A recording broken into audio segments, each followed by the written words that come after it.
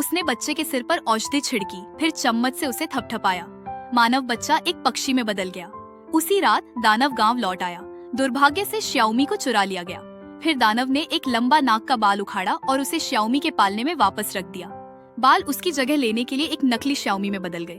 दानव के जाने के बाद नकली श्याओमी ने श्याओमी की माँ को जगाया, लेकिन उसे एहसास नहीं हुआ कि उसके बच्चे की अदला बदली हो गई है।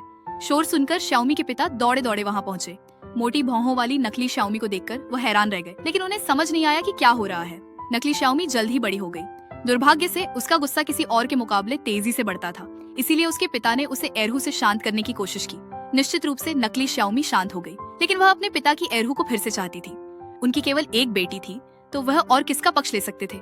यह देखकर उसकी माँ बहुत खुश हुई और उसके लिए नया खाना बनाने की तैयारी करने लगी। लेकिन अगले ही पल नकली श्याओमी दौड़कर बाहर आई, एरहू को तोड़ दिया और उसे डंडे से पीटा। ठोकर खाकर गिर पड़ी।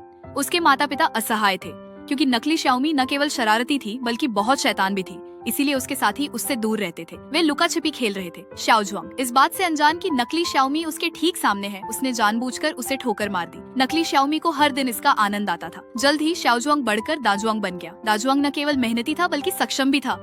एक दिन दाजुआंग जंगल में लकड़ी काटने गया। जैसे ही वह अपने पैनकेक का आनंद लेने बैठा, उसे जमीन पर एक छोटी गिलहरी मिली। उसने उसे आधा दिया, लेकिन गिलहरी और चाहती थी, इसलिए उसने उसे पूरा पैनकेक दे दिया। पैनकेक के लिए दाजुआंग का धन्यवाद करने के लिए गिलहरी उसे एक पुआल की झोपड़ी में ले गई।